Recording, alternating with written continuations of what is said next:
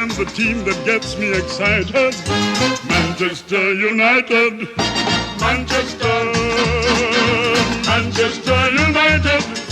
Look for Duncan, he said, and we did, and we won, and it was Duncan that scored. This little bit of work, saying to myself, all right, yes, I think I'll try and go back. He would say 4 or 5, and he'd say, you know, I'm changing it, and I'll bring in the kids.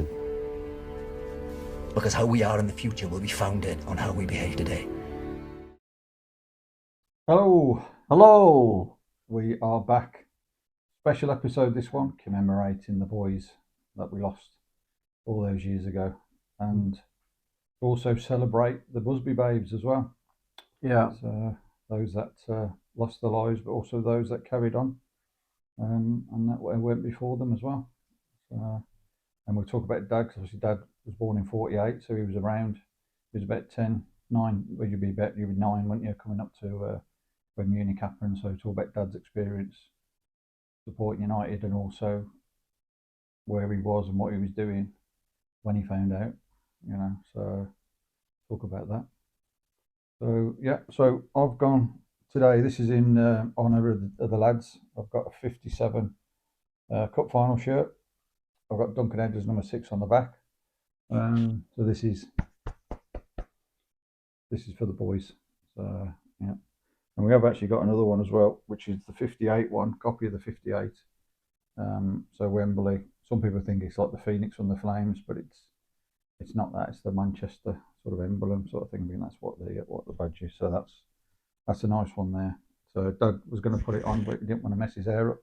So I'm just going to hold it up there. So he's got his What a Difference a Dave Make t-shirt on instead. Yeah. So let's see if it does make a difference in this video. Who did Sir Matt bring in as his number 2? With Jimmy Murphy. Yeah, Jimmy Murphy. And we've got connections there, haven't we? Yeah. My uncle in Wales had a mate. And we later found out that this guy Dan, his name, went to the same school as Jimmy Murphy, but we didn't know about this until Dan had passed, and we regret not knowing, because he could have given us so much insight, so much information. Pentra. On it, that's where they were born, and the school they went to. Pentra, is that the right pronunciation? Yeah. Actually, a plaque, I think, in that on one of the houses in Pentra where he was born, Jimmy Murphy. Mm-hmm. Yeah. Murphy actually played for the Albion. If anyone that people don't know. So obviously he was a professional footballer before the war, same sort of time as Sir Matt Busby. Nice connection, though, isn't it? Nice connection. And then talk about Jimmy. I've met his son, Jimmy Murphy Jr. a few times as well. What a nice bloke he is as well.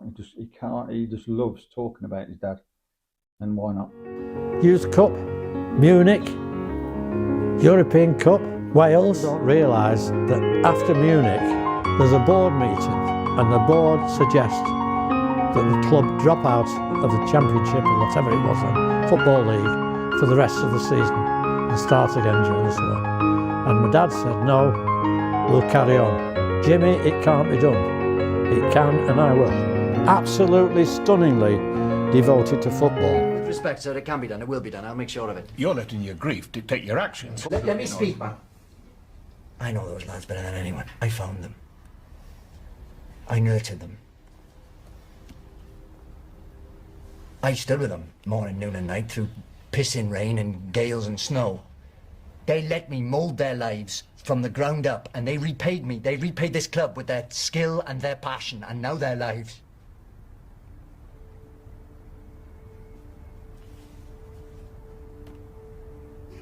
And I'll reward them by buckling. Jimmy, we all want to honour the memory of those who died. No, it's not about their memory. It's about showing who we are to the world. Showing we'll not be bowed by tragedy. Because how we are in the future will be founded on how we behave today. and he just loves it. He loves people asking him questions about it. He looks a lot like his dad. So, yeah, lovely guy. Lovely guy. So, had a nice photograph with him and spoke about a few things with him as well. And yeah, it was an honour to meet him, to be honest. So yeah, that was obviously he'll be getting on a bit now as well. Jimmy Murphy Jr. It must be, yeah. Yeah. So there's quite a few different bits as well of him talking about what his dad used to tell him about the players and stuff. I think one of the ones that I find was amusing was he used to say that all of his the young lads were his Jimmy Murphy used to say all the young lads were his apples. So he's grown in his orchard, grown all these apples, and then he'll have one or two golden ones. And he said about Duncan Edwards was obviously a golden one, and Sir Bobby as well. Those are the two that he said these are golden. These are. So, yeah. But I think there was a few golden ones, to be fair. Some absolute quality and stuff. It's just such a shame that there's not that much footage of them. But we're going to share as much as we can that I've found, so people get to see it all in one place. There's a little snippet that I'll put on before. It's the earliest colourised video of United playing away to Burnley, I think it is. So, and it was a Burnley fan who had this. Would it be the 35mm? 35mm.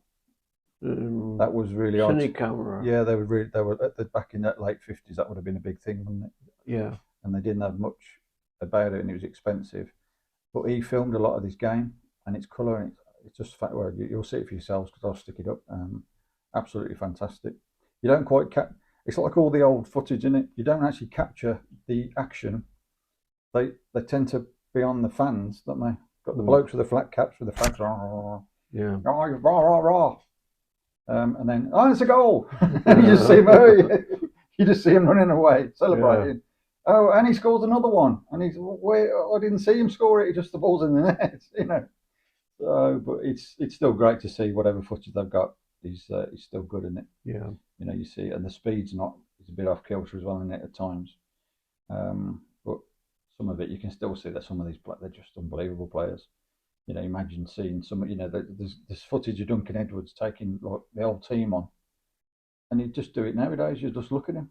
He's a tank, wasn't he? The giant one. Absolute tank. We were playing Chelsea in the semi-final of a youth cup game, and before the game, Jimmy Murphy had said, "Look, you're great young players. You're playing for Manchester United.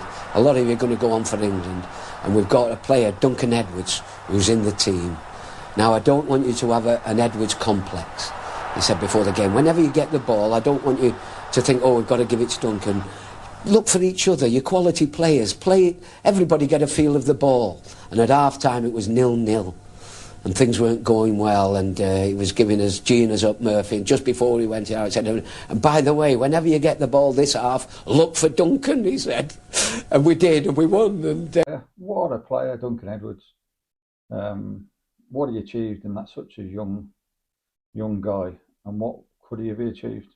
Yeah, I know we're taking a step forward now, but Duncan Edwards, what could he have achieved? You know, it's so many ifs and buts, isn't there? Would Bobby Moore ever have played as many games as he did for England? Because Duncan Edwards, he would have been centre half, I'm sure he wouldn't. He just would have been centre half, best centre half in the world for like 15 years. Nobody would have been able to touch him. No. You know, Bobby Charlton said he's the only player that he thought was better than him, because he knew. Because Bobby Charlton he was never big-headed about his ability. He knew he could play because the game came easy to him, didn't it?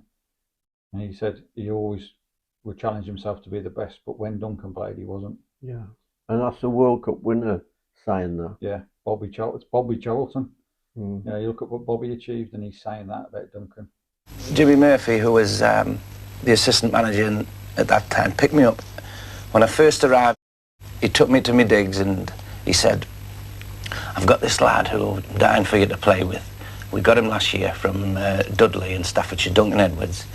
And he says, what a player. He's good in the air, good right foot, good left foot, strong in the tackle, reads the game brilliantly, can play in any position and scores goals at will, literally.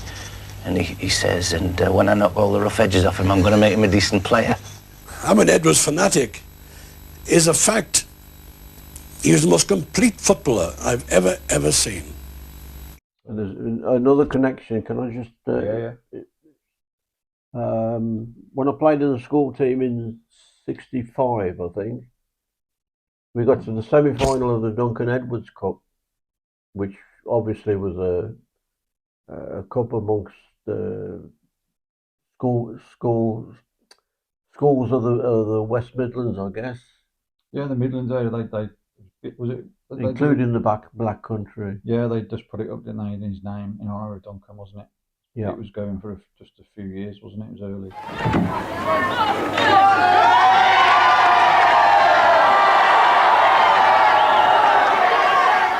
25 years on, and the yearnings of youth mingle with the memories of the more mature, as two local school teams compete for the trophy bearing the name of Dudley's most famous son, Duncan Edwards.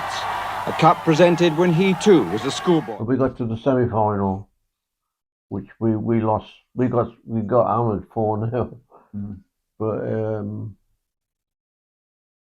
and it was particularly upsetting for me that we lost. I wanted to win for Duncan, you know.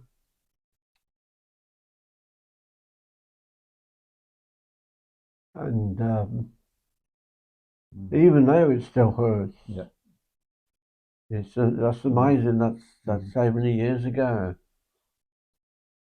It's a long time now, isn't it? So, 55.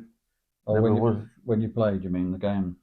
The Yeah. feeling that you had there. So it was 65, wasn't it? So 55. Maths was never a good.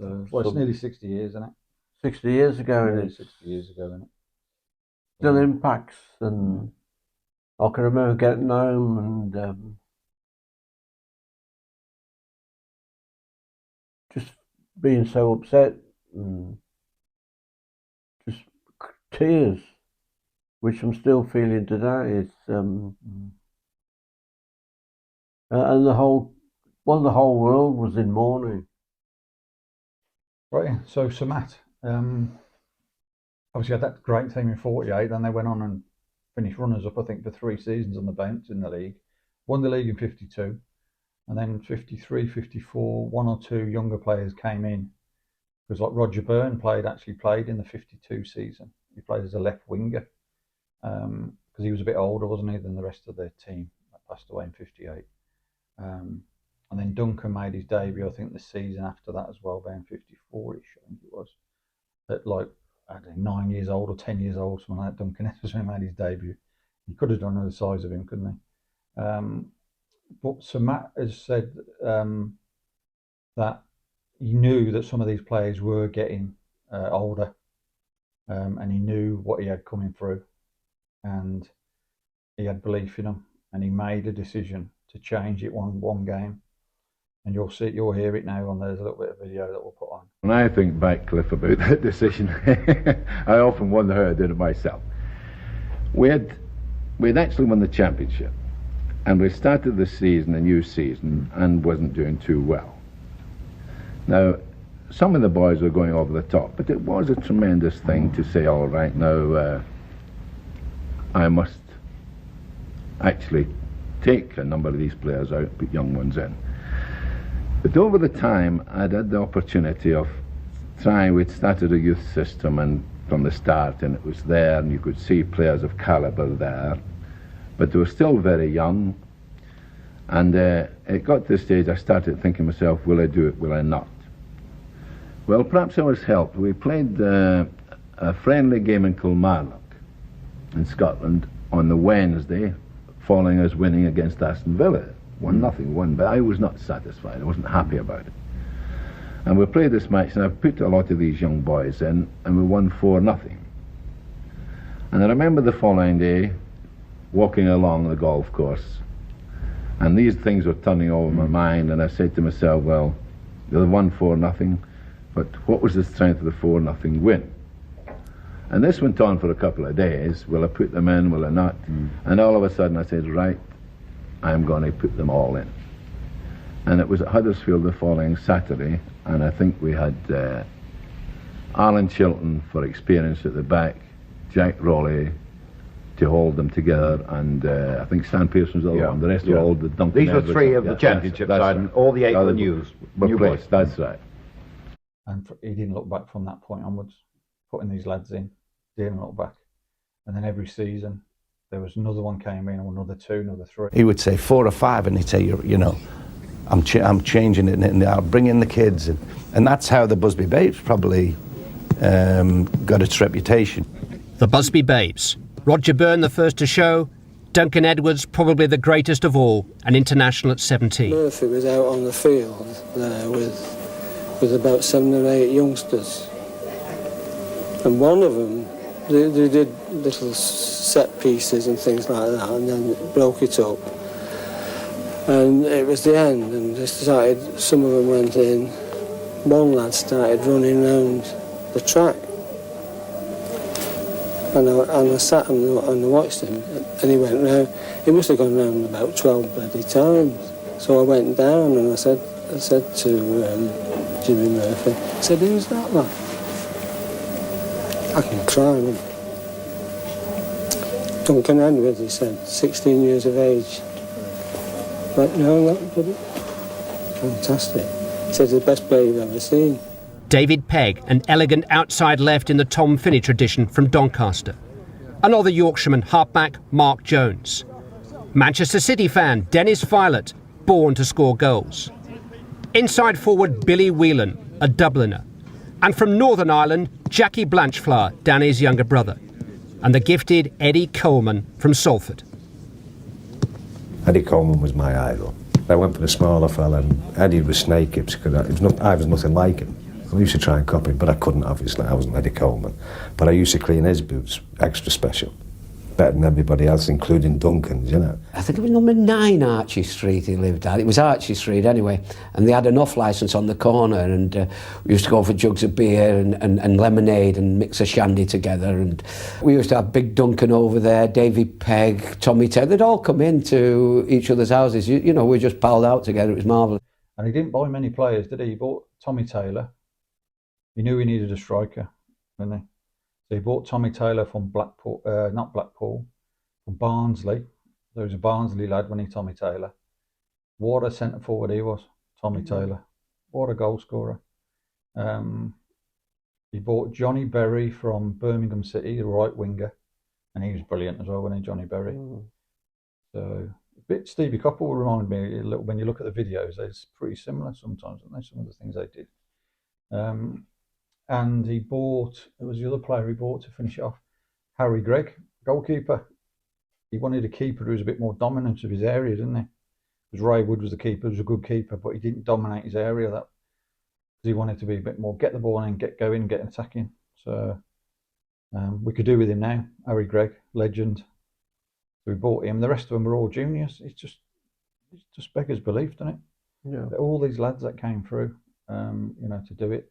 And they would have had like 2, maybe 3 players per position. I knew about the Busby Babes. I mean, I'd read about it in the papers. At that particular time, it was unheard of.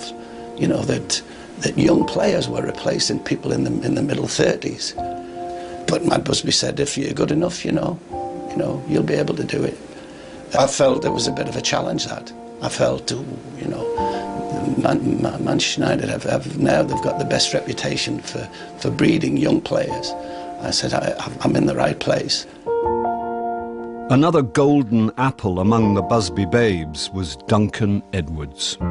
He became my best pal because we were both stationed doing a national service. So I spent a lot of time with him. And I mean, you could almost come off and leave him against 11 men. He would beat them on his own. I really did used to think that I was a good player.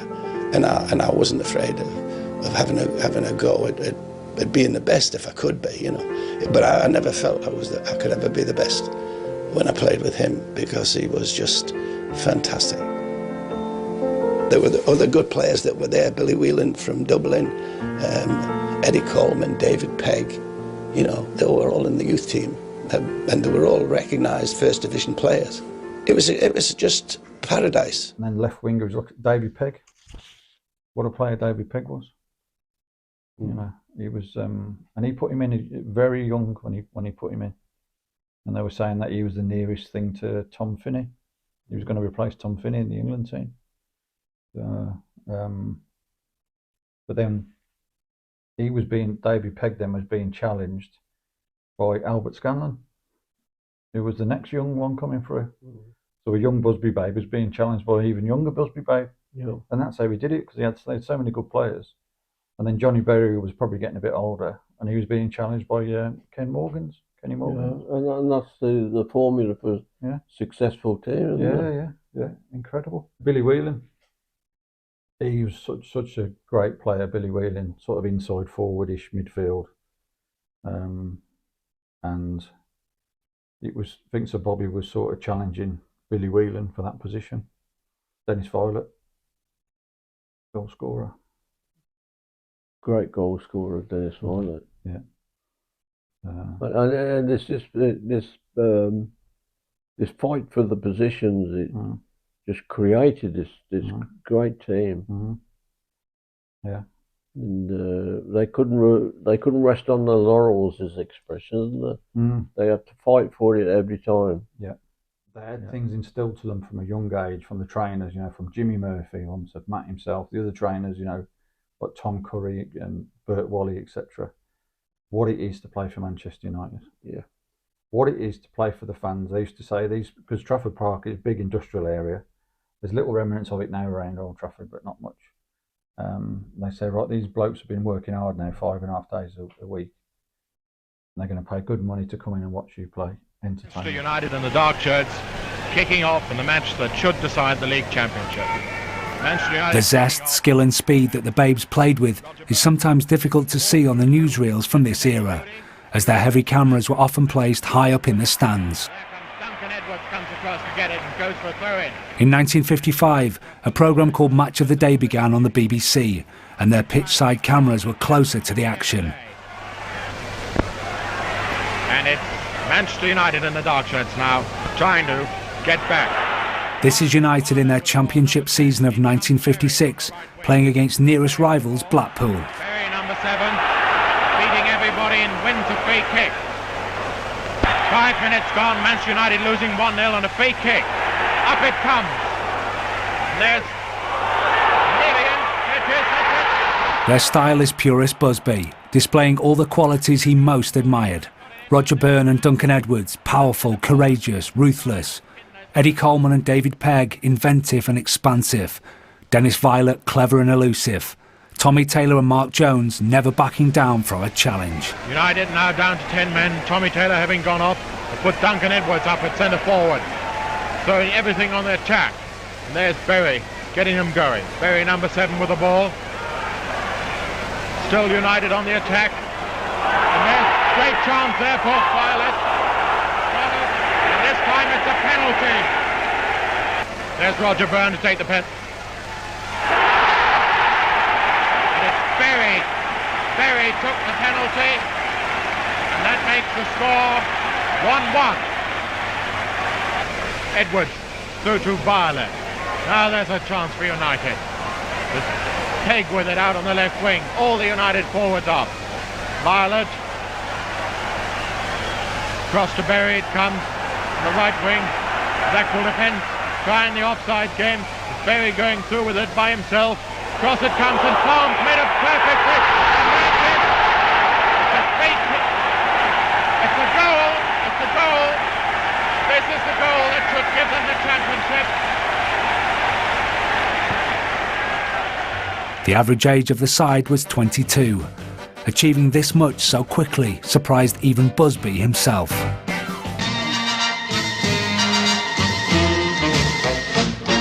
Now football is a pleasant game, played in the sun, played in the rain, and the team that gets me excited, Manchester United, Manchester